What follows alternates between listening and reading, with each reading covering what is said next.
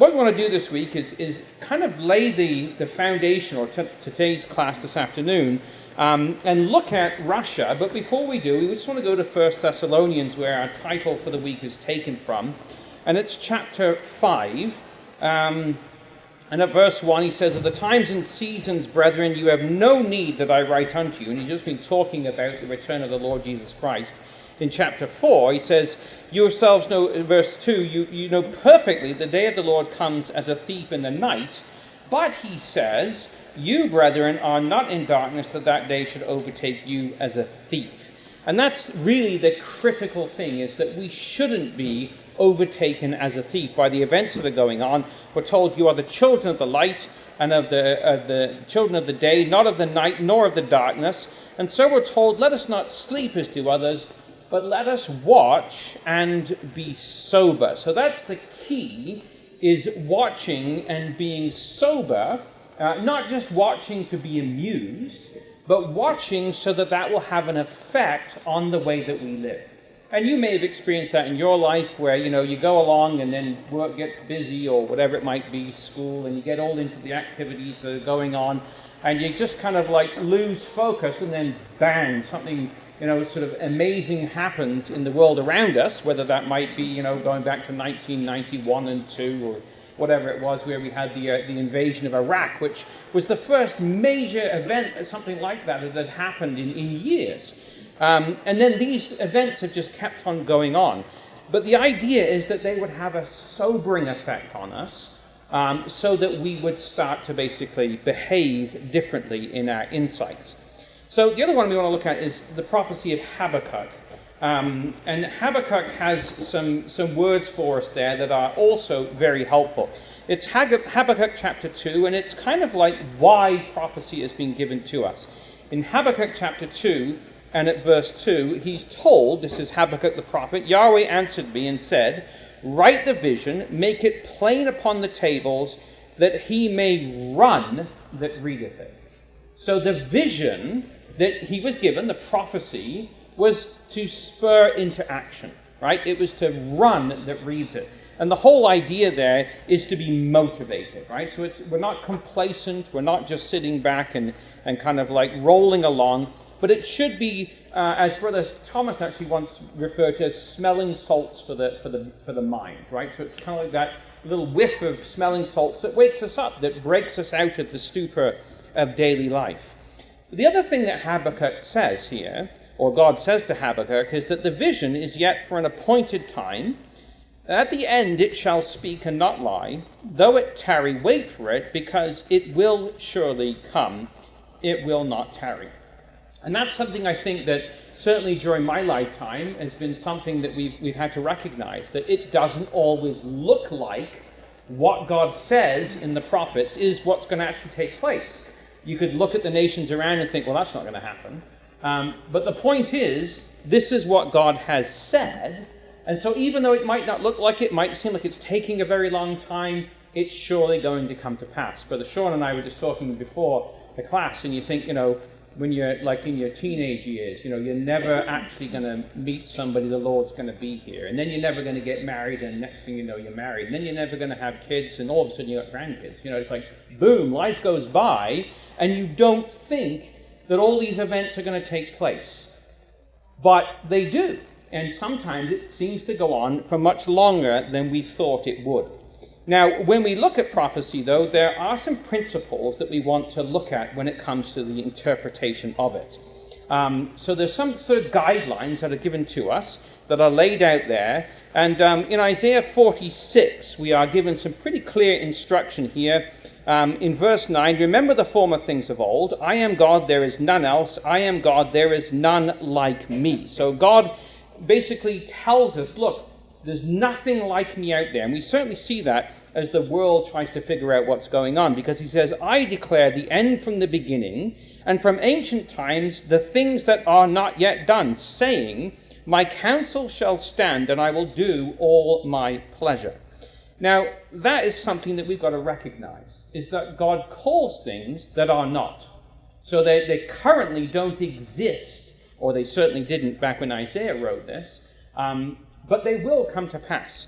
And he goes on to say, he says, I call a ravenous bird from the east, calling a ravenous bird from the east, the man that executeth my counsel from a far country, yea, I have spoken it, I will bring it to pass, I have purposed it, I will also do it. So this is what God says. He's going to call things that don't exist, and they're going to come to pass. And that's where we have to believe this. It's like Abraham. If you come over to Romans chapter 4, we have kind of the template there of God calling something that just didn't exist and certainly didn't look like it to Abraham at that point in time. But in Romans chapter 4, if we come down to the 20th verse there, reading of Abraham, actually starting in the 19th verse, being not weak in faith, he considered not his own body now dead when he was about 100 years old, neither yet the deadness of Sarah's womb. So he didn't look at the current circumstances. It was physically impossible for the two of them to have children. But it didn't matter because God had said that was going to happen. So that's what Abraham looked at. In verse 20, he staggered not at the promise of God through unbelief, but was strong in faith, and he gave the glory to God. He believed, as it goes on to say, being fully persuaded that what God had promised, God was able to perform. And so that's the key in when we look at the things of the prophetic word, therefore it was imputed to him for righteousness. It might not look like it right now. It might not look like it 20 years ago. But what God has promised and laid out in the prophets, it is going to come to pass.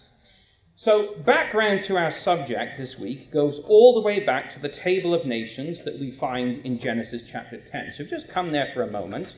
When we look at Ezekiel 38 and different prophecies like this, they're not like they just kind of appear in the middle of the Bible all of a sudden without any reference to anything else that's gone before.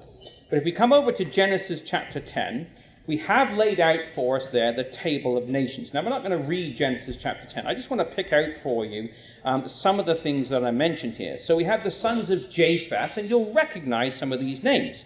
We have Gomer, Magog, Madai, which is the Medes, Javan, which is the Greeks, Tubal, Meshach, Togarmah. These are the descendants of Japheth, who basically went north and west throughout Europe. And then we go a little bit further on and we find about other people that are there as well. We have the descendants of Ham. We have those that went down from the Fertile Crescent down into Africa, Mizraim, which is Egypt. We've got Phut, which is Libya, Canaan, which we know, Sheba and Dedan. But also he's the father of Shinar and Babylon, Nineveh and Asher.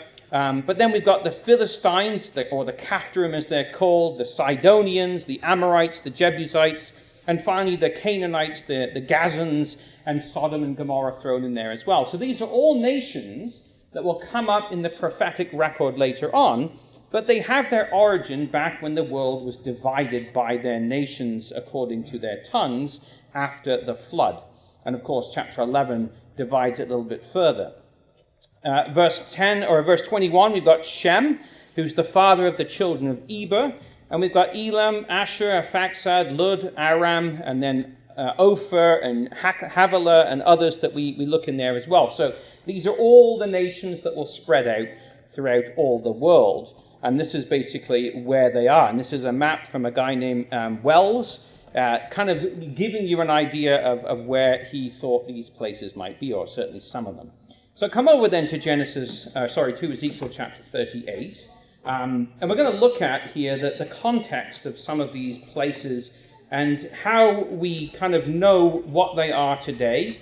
If you're like me, growing up in Sunday school and CYC and Bible class and whatever, we heard all about Ezekiel chapter 38, right? And I would listen to these things with, I would say, like a healthy skepticism, in that I had to figure it out. I had to know that this wasn't just, in my case, Uncle Paul telling me this, and this.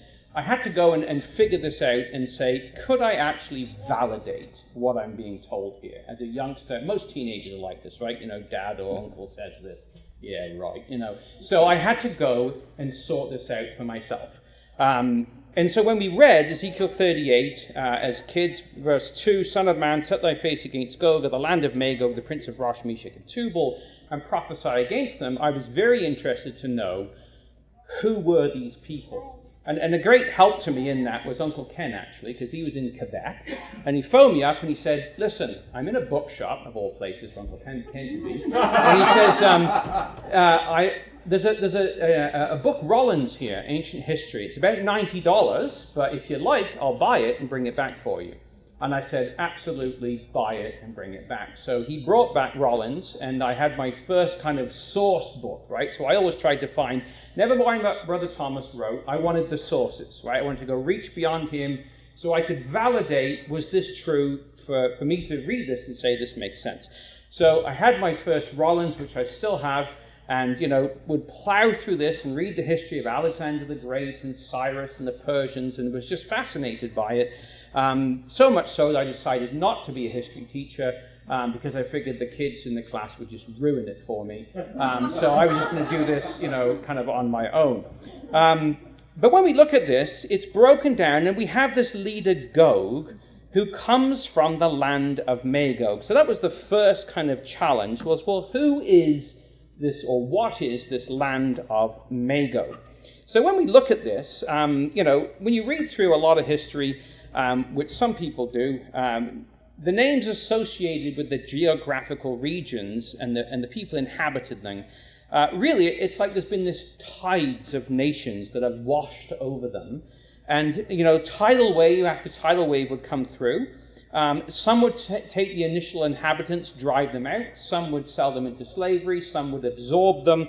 And so you have this continuous flow of nations coming through. If we look at Europe, one of the first of those groups of tribes is called the Cimmerians. Now, this is not the Sumerians of the near Babylon or sort of the pre-Abrahamic peoples, but the Cimmerians. So this was the people, if you were a kid and read Conan the Barbarian comics, he was one of these people, right? So this was the barbarians, some of the first barbarians in Europe. And what's interesting is that basically they covered what is modern-day southern Russia, the Ukraine, the Caucasus region. They were hemmed in by the Caucasus Mountains. So if you ever heard the phrase Caucasian, it's somebody who passed over the Caucasus Mountains, right? So this is the idea they've come forward from here. And so, this type of people, basically, if we were to overlay the nations of today, they ruled in this area around the time of Solomon, around 1000 BC to around 700 BC, which would be around Hezekiah's reign. And they're recorded in history for us. And in fact, the name Crimea comes from Cimmerian, right? So it's kind of a corruption of that stuck, right? So it stayed with these nations. And we hear a lot about that in the news, but that's where these people were at this point in time. And now the other thing is, there's this other group of nations that would come into this area. It's kind of like Canada in some way, because you have what's called the steppe. So we could call that the prairies, right? So it's the big flat lands of sort of the prairies that people could easily, nomadic tribes could travel across, and they would come into the area of Europe, basically across from this, from Asia. Now, I don't know if you know that sort of the area of Scythia is kind of around the same area between the River Don and the River Danube. And so Newton actually would write about this. Now, I don't know if you remember who Newton is, right? He's the guy with the apple, right? Fell on his head and discovered the laws of gravity and whatnot. I think people actually knew about them before, but he's the one who kind of wrote it down. But he spent more time actually writing about biblical stuff than he did science. In fact, a lot of his scientific work was just to, sort of tell people, well, there is actually a God, its design, and so on.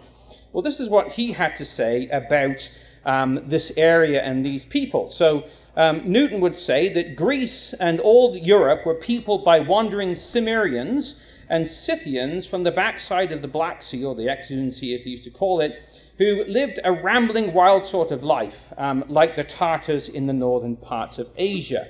So he would write this chronology, and he would say, look, this people came from this specific area. Now, when you look at this, of course, Genesis 10, Magog is part of that table of nations.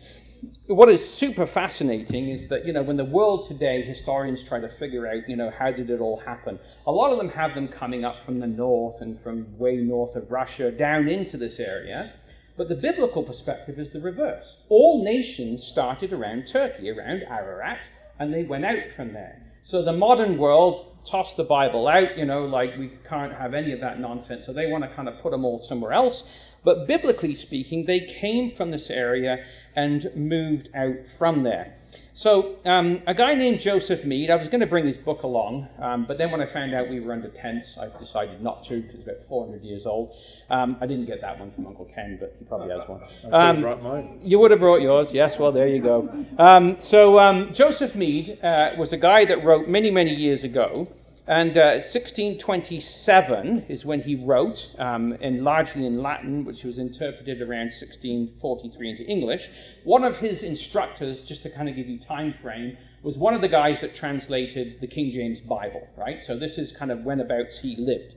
And he goes on basically to tell us that he gives rules for interpreting, right? And that kind of makes sense, and I thought I'd share them. First, we must seek for these nations of Ezekiel 38, in the islands of the Gentiles, as they're described in Genesis 10, divided from the Jews by sea, because by them were divided the islands of the Gentiles. And so that's his first kind of guideline.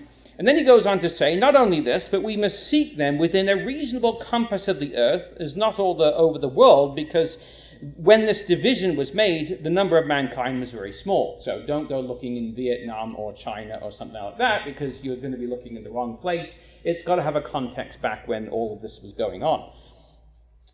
Thirdly, those nations whose families are named by Moses are to be sought for in neighboring places where the Jews basically would have neighboring the Jews, because Moses would have named families that would have dealt near the Jews or dwelt so that the Jews might readily come at them.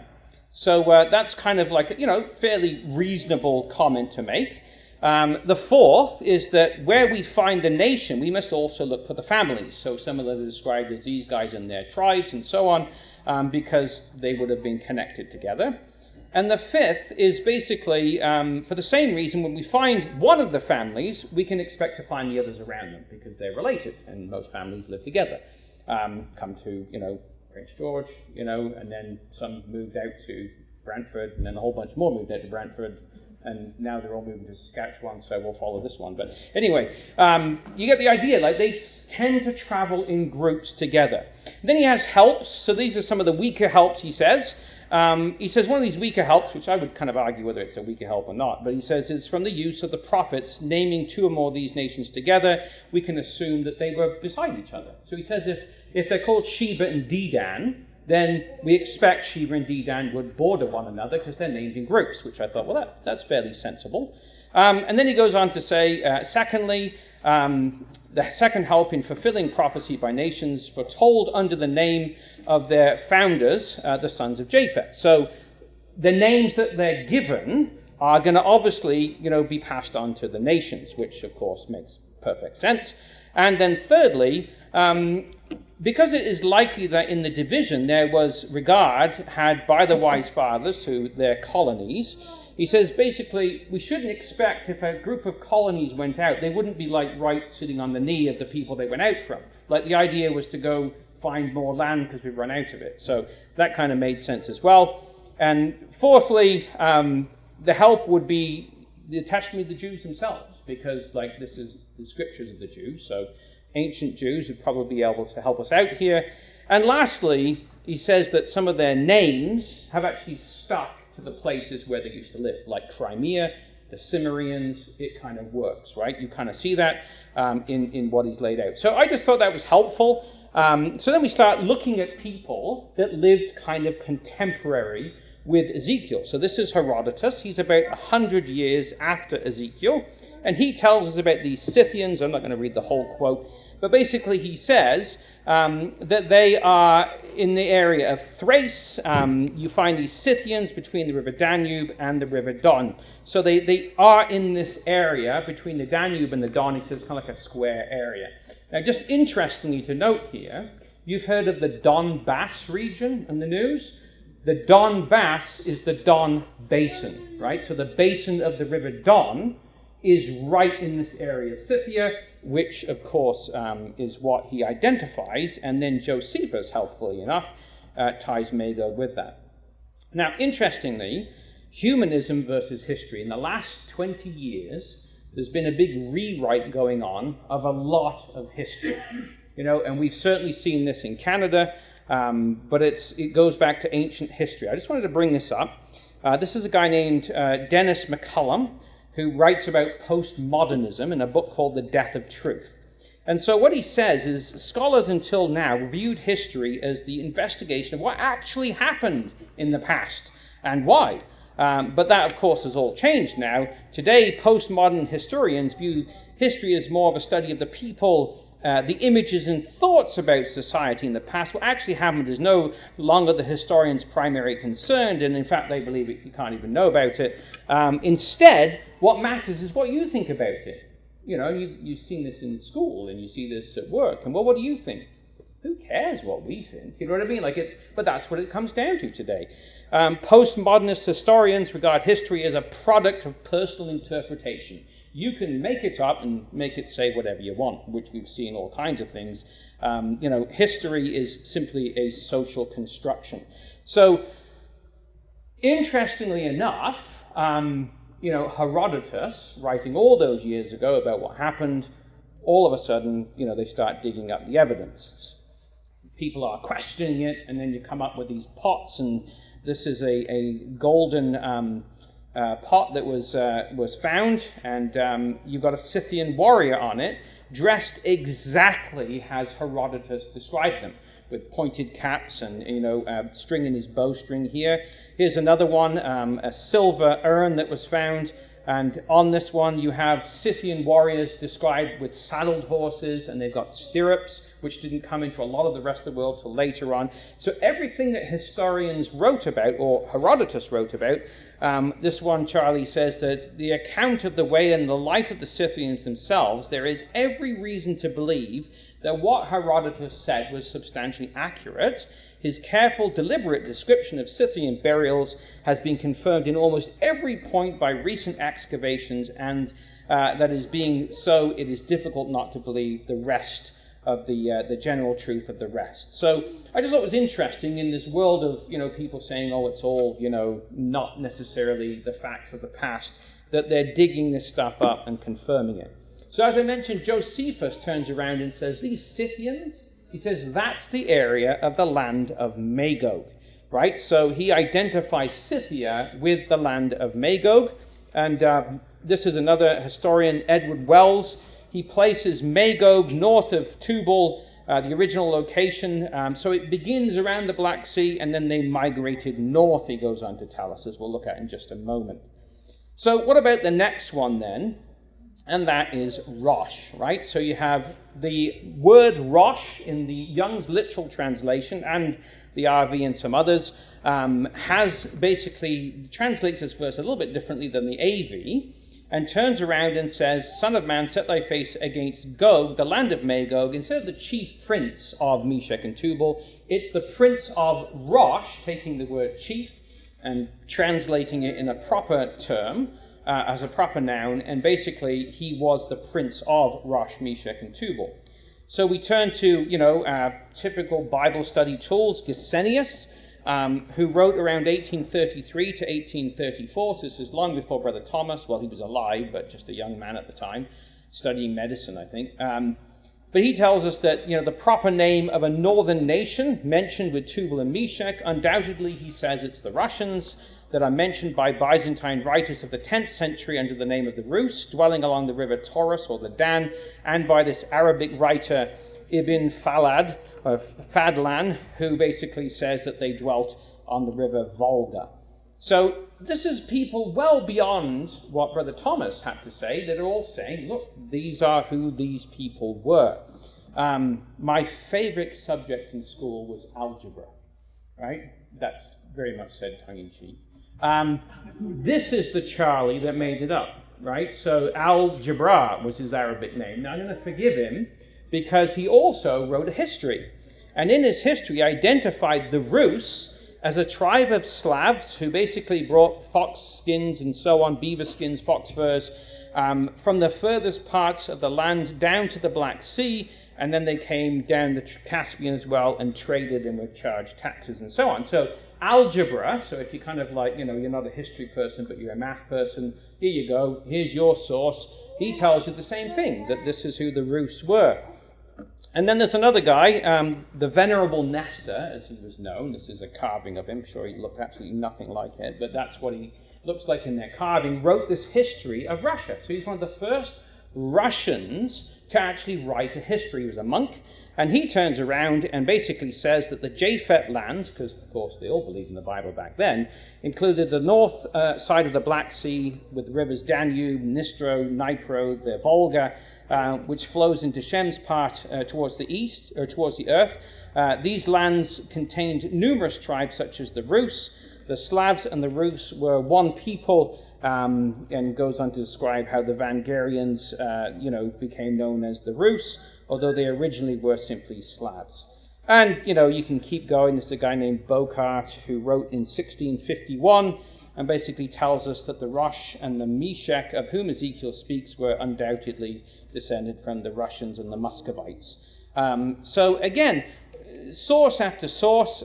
This was actually Edward Wells. I was in a bookshop in England, and I had a sister arguing with me about, I want some proof prior to Brother Thomas, and I happened to be in wherever Shakespeare's from, Stratford-upon-Avon. And there was a little bookshop there, so I walked in, and it was the morning before the study day, and I'm like, do you have any history books? And he pulls out this copy of this guy named Wells. I'd never even heard of him. Opened his book up, had a look, and he just laid it all out exactly the same way as our early brethren kind of put it together. And he located basically Tubal and the Rosh in the area of Crimea, and basically relates how that they migrated to the north into what we would now call Russia, and Muscovites and so on. But you can go to more modern sources. This is Encyclopedia Britannica, 1911. So we found this in the bookshelf of the London Ecclesial Library when we were there. And basically, again, it's derived from Russia, the Slavonic Rus, or the Ross of Byzantine time period, and basically comprises the area that we know as Russia today. So a lot of different people writing about this, identifying it. Fast forward all the way to last year, and Putin steps up and is very helpful, because he turns around and basically says that the Russians, Ukrainians, and the Belarusians are all descendants of the ancient Rus, which was the largest state in Europe, bound together by one language, and after the baptism of this Charlie named Rus, the Orthodox faith as well held them together. So again, this is going from ancient sources, contemporary with Ezekiel, right the way through to people who are, contemporary with us, who are all singing out of the same hymn book, identifying this area of Rosh and of Magog. And the Kievian Rus that Putin talks about is that area in purple there on the map, which covers much of the Ukraine and Russia and Belarus as we see it today.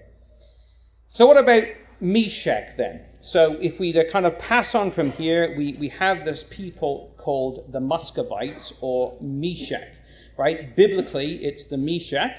And again, it comes up in that same passage in Ezekiel 38 in verse 2. He's the prince of Rosh, but also of Meshach and Tubal, and he's of the land of Magog. And once again, when we look at this, Genesis 10, it's included in the table of nations. So you have Meshach and Tubal together, and Gomer and Magog. So they're all kind of somewhat in the same vicinity, according to the rules laid down by Joseph Mead. And if we opened up our Gesenius once again, we find out that he says it's a proper name of the Musci, a barbarous people inhabiting the Muscian mountains between Iberia, Armenia, and Colchis. And I had to get a map out because I wasn't as good as Uncle Ken when it comes to geography. And so there they are, just below the Caucasus Mountains. This is the Colchis Muscian people, Iberia. And this is where they began, right? So they began here, and then they migrated north from here. And this is, again, where Herodotus writes about Xerxes when he went into Europe and fought against them and crushed, I think it was Athens, and that's what kind of got Alexander the Great all excited, and he came back and laid the smackdown on them. But he says that the Moschi had wooden caps on their heads and shields and small spears on which points were set, and he kind of describes in great detail them. But there's other people as well. Like I don't ask me why, but I read this Charlie, Xenophon. So he was one of the guys who was a mercenary in the army during the time of the Persians, and he describes basically this very same thing, that the borders of this area of the Moschi was around these Colchis mountains in the Euxine or the Black Sea and so on. So, writer after writer, another guy named Pliny the Elder, so he's contemporary with the Apostle Paul. This Charlie died when he was a soldier when Vespasian was the emperor, but when Vesuvius erupted, Pompeii and all that all got obliterated. He actually took a ship to go save some of his friends, and he had asthma, and it didn't go so well, and he died, and that was the end of him. But he did write this history, and he'd been a soldier during the time of Claudius Caesar and Nero, and he became a historian later on. And he basically says the same thing, that this is where these Charlies are located, around Armenia and this Moschi people. And you can keep going. I mean, this was another guy, I won't bother reading it. He was contemporary with the Emperor Justinian, basically says the same thing, that this is where they all were. What Joseph Mead does is he turns around and identifies that basically he says these people were the Moschi around these areas of the Moschi mountains, and basically these are the inhabitants being sprung from Meshach. And then goes on to show in his history how that basically they traveled here north and became known as the Muscovites that we know today, carrying the name with them. So Meshach then is kind of in this whole area. You can even go to Easton's Bible Dictionary today, and they'll tell you the same thing, that they came from this area, the Moschian Mountains, and this is where this group of people came. They moved north. It's the area that, mingling with the Scythians, became known as the Muscoves, and basically that's where they are today, and have gone throughout the whole area. So again, same idea, different historians. So it kind of gives you an idea, though, that this is the general location of them. They are in the uttermost parts of the north, as the RSV puts it. This writer says, look, when you look at Ezekiel 38 in our Bibles, and we read about the chief prince of Meshach and Tubal, the Septuagint puts it basically Rosh, Meshach, and Tubal. He says the Rosk and the Moshk, who were neighbors in Asia Minor, dispersed their colonies jointly over the vast empire of what we know today as Russia, and preserved their names still in the terms of Russian and Muscovite. So he's writing in 1851, just after Elpis Israel was written. So for me, as a young man, that was kind of the journey of trying to say, well, that's fine that Uncle John Thomas said all this, but how do we prove it? Can we be sure? And I do believe, brothers and sisters, that we can be pretty, sure about what this is all about. So it's the Prince of Rosh, Meshach, and finally, just to kind of cap it off, we have Tubal as well. Again, in that same table of nations, the sons of Japheth, and what Mead says is they're there together, so we can recognize them as being somewhat joined together. Interestingly, the son of Gomer is Ashkenaz, and I don't know if you've heard of the Ashkenazi Jews. Right, that's a phrase of European Jews. And the Sea of Ashkenaz is the name of the Black Sea. Right, so when we talk about Ashkenaz and all these people all around this area, we're talking about people that are inhabiting this. And it's quite easy for us to kind of reach back into history and figure this out. But the Bible talks about similar things. He talks about Tubal and Javan and the isles afar off in Isaiah 66 and verse 19. They were known to people back then that they were, neighbors of Javan, which was Greece. So if this is the area of Turkey, as we call it today, Asia Minor, up, sort of the Armenian area, Ararat to the north, that whole sort of volatile area where Georgia and these guys are, it's from that area that they would then migrate north and would travel up to kind of put their real stamp upon this area. Gesenius again identifies them with the Tibareni, a nation of Asia Minor, dwelling by the Black Sea or the Euxine Sea to the west of the Muscovites, the Moschi. That's where they started, but of course they would then, migrate from there. So Josephus relates them with the Iberes people of that same region. So again, one historian after the other, which can get really boring if you're not into this kind of thing. They all identify them as being in this same general vicinity, and basically saying they place Magog, Meshach, and Tubal side by side in the southernmost parts of the Russian Empire. And they've moved north and settled into that area. And he goes on to say their descendants penetrated into the wilds of Scythia, where all the barbarians were, the northern coast of the Black Sea and the Danube and the Dniester or the Dnieper. The ancients called them the Scythians or the Parva, the people, the dreary regions of the north, which I always thought was interesting coming from pretty short. So you kind of have that picture of the way north, and Charlene and I used to call, sort of the Parry Sound region, Ontario, Northern Ontario, until we drove out here bringing Dad out. And then you realize, and we were only in the south even then, like Northern Ontario, there's a lot more north of what we know, and even further north of that. But this gives you an idea of that whole group of nations inhabiting that area.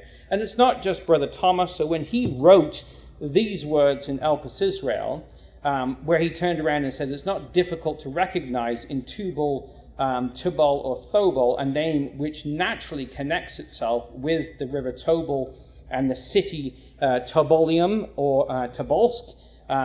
Thus the three denominations, Rosh, Meshach, and Tubal, united in prophecy, point out with equal capacity and conciseness that whole widely extended region, which at the present day we denominate as the Russian Empire, which of course disappeared for a while and then came back. So that kind of, I think, hopefully gives you a little bit of depth to what, as we as Christadelphians quite often hear, this is who they are. We can reach well past the Christadelphian, brethren, to historians going all the way back to the time of Herodotus, somewhat contemporary with Ezekiel. Now, Gomer was the other one that's named with these. He's one of, again, the sons of Ashkenaz. Remember we talked about the Ashkenazi Sea being the Black Sea. Shows up in Genesis chapter 10, talking about the islands of the Gentiles. But it also comes up in Jeremiah chapter 51, where we read there, set ye up the standard in verse 27, in the land, blow the trumpet among the nations, prepare the nations against her, call together against her, and these are people, and notice where they are. The kingdoms of Ararat, which of course we know to be in the mountains of Turkey, which mountain, is questionable, but there you go, we know roughly where it is. Minai, and of course the Ashkenaz. So this is in that Ararat region of Turkey, and they are going to come like horses, like caterpillars, like rough caterpillars upon the land. So when you look at this, you've got the biblical record that puts all these nations together. Then you've got historians who basically say this is the same peoples, and we can see the names there being tied together. Edward Wells talks about Josephus and says, look, you've got to go to look at Josephus. Tells us expressly that the Galatians who lived in this tract and whom St. Paul wrote his epistle were actually called Gomerites. So when we think of the letter to the Galatians, they were Gomerites. Herodotus tells us a people called Cimmerians, or the Cimmeri, dwelt in these parts. Pliny also, as we looked at, speaks of a town in Troas, part of Phrygia called Cimmeris, both whose names are plainly enough derived from Gomer, the Latin and the Greek, basically, and the Hebrew, and are understood in the nature of the Hebrew tongue, and so on. And he talks about the etymology of the word, and it gets very drab after that. But the point is that these were people that when we talk about the letter to the Galatians, they were the Gomerites, right? Now, that goes a little bit further. Now, this is, again, where modern historians will tell you that no, they all started off in France and they migrated into Turkey. But when you read the Bible, we know they started in Turkey and migrated out. But it's interesting because this guy goes on to talk about the fact that colonies, which coming from the nation of Gomer, in process of time spread themselves further and further and settled in several parts of Europe. He says this colony spreading itself till by new colonies further westward came along the river Danube and came to what is now called Germany. And what's interesting is he goes on to say how that, out of Germany, descendants of Gomer spread themselves to Gaul or France, European Galatia, commonly called by us the Gauls. So just think of that in the latter two, the Galatians, right, who spread their colonies across Europe, and what we know today as France and Germany, Gaul, right, they were the descendants of these people. Unfortunately, so were the Welsh, right, the Cimmerians, and so were the Scots and the Irish. So if you've got that extraction in you, you're a son of Gomer. All right, so there's the picture. Again, starting in the area of Turkey and migrating all the way across into Germany and finally over into France as well, and even over into Wales and Ireland and Scotland. So that's the picture that we have of all these nations superimposing basically what the historians tell us basically over the nations of today. Not that that's going to be readable on there, but you get the idea that we haven't inherited just a bunch of myths, right? This isn't just a bunch of fairy tales and stories. When we read about this, you can actually go back, as I did as a youngster and have continued to do, to try and kind of validate this. We haven't inherited cunningly devised fables. This isn't just a bunch of fairy tales and myths. You can quantify it, and you can go back into history and be sure with all of these guys that this is what they come up with. I wanted to read you just a couple more quotes. This one here is by a writer who's kind of saying, look, when you look at what we're talking about in history, he says, let the reader deal dispassionately with himself. Let him remember that the conclusions advanced are not merely from the Holy Bible, merely by a Christian, merely by a student of prophecy, merely by an enthusiast, merely by the popular preacher, right? So he says, look, if you think it's a bunch of zealot Christadelphians telling you this, if we would interpret that today, he says it's not. You've got to be dispassionate and step back from it and say, it's the result of a calm, learned, unbiblical, philosophical, enlightened, intellectual, unprophesying labor, not of the Christians, but of those who by some seem more confided in, of heathens such as Herodotus, Pliny, Ptolemy, Lactantius, not merely the heathen, but also the Jews, Josephus, and of the 70, the Septuagint, not just the Jews, but also Christians such as Bocart and Michaelis. So all of these Charlies wrote about this. Some heathens, some going way back, Greeks, Romans, whatever they might be, all point to the same thing. And he says, don't think that this is just some evangelical, well, not really in his day, but today you could sort of have that. That is sometimes one of the books I recently read saying, oh, it's just these, people like Hal Lindsey, they get all excited about Rosh and Russia, and it's all rubbish, And then this guy says, look, go back and look at your history. This is Greeks, this is Romans, this is people contemporary, this is Jews, this is, Christians, all stripes of years gone by, all pointing to the same thing. And so his conclusion there with this is, let him remember that the conclusion is drawn not merely from the comparison of names, but also from various words of phrases used in Greek and Aramaic languages, and from various historical facts, and all recording habits of the peoples alluded to, all tending to one great result, vis-a-vis, to assure us that Magog, Meshach, Tubal of the Holy Scriptures indicate the progeny of the great Muscovite family. So I thought that was quite helpful for me as a young man, kind of looking at this and saying, is this really, can I validate this? Can I say that this is true? Could I trust Uncle Paul? You know what I mean? Could I actually quantify some of this? And so that's kind of a foundational look at it. This was kind of the chewy history part, so to speak, but that is the foundation where we can say with somewhat alacrity and confidence that when we read of Rosh, Meshach, and Tubal, we are reading of Russia, of the Muscovites and Tobolsk. And when we read of Magog, we're talking about that area between the River Don and the River Danube, including all of the Ukraine, which is currently where all the fighting's going on, the Donbass, the Don Basin, all of these things that we are currently looking at, the nations identified by the prophets are the ones that are making the headlines today. So open your Bible, if you would, over to Peter, because he makes a comment to us here. And Peter's talking about AD 70, really. But what he's referencing here is that, look, when we made known to you, he says, in 2 Peter chapter 1, in verse 16, he says, look, we haven't followed cunningly devised fables when we made known unto you the power and the coming of the Lord Jesus Christ. Right? So he says, when we talk about Christ and we write down the history and the Gospels and whatever, this isn't a bunch of myths and fairy tales. He says, look, we were eyewitnesses of his majesty, for he received from God the Father honor and glory when there came such a voice to him from the excellent glory, this is my beloved Son in whom I am well pleased. And this voice which came from heaven we heard when we were with him in the holy mountain. So he says, look, we were there. We saw this and we heard it. We were eyewitnesses. This isn't a bunch of made-up fairy tales.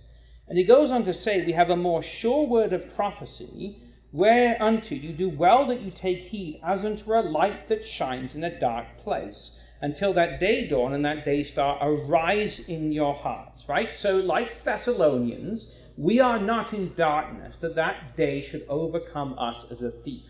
We're the children of the light, the children of the day, not the darkness nor the light.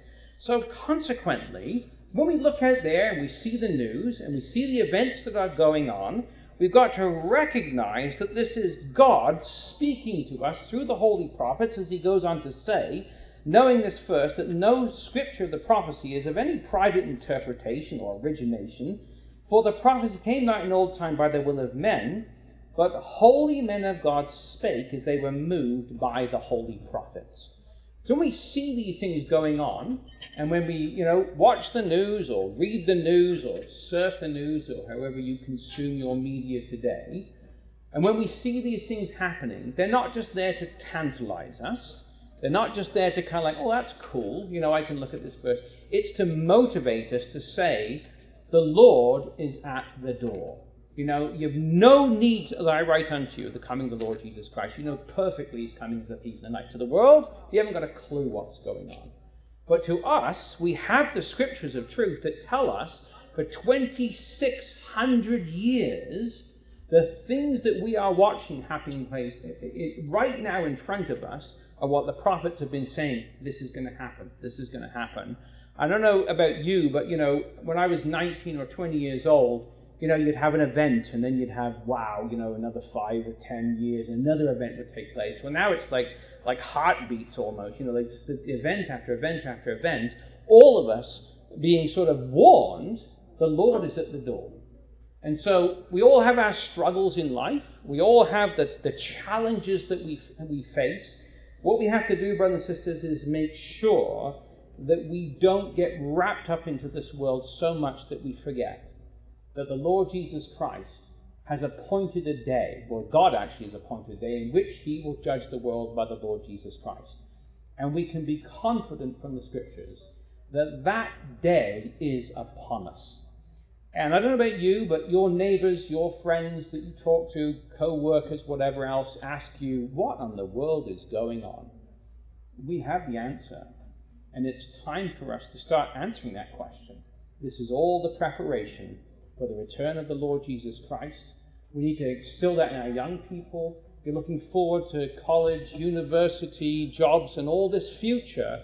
You may never get there because the Lord is at the door. Make sure that primarily you focus on the things that matter and put your spiritual house in order. Never mind your career and what you may or may not end up doing, because half of us that go to school never end up doing what we train for anyway. But think about when the Lord comes, am I going to be ready to meet him? Am I going to go out with joy and excitement? The Lord is here. Or am I going to be more like, oh, I'm not prepared. I haven't spent the time. My lamp, my vessel is not full of oil. I haven't put the effort in. I've been so focused on the here and now that I've just lost track of how close we are to the end.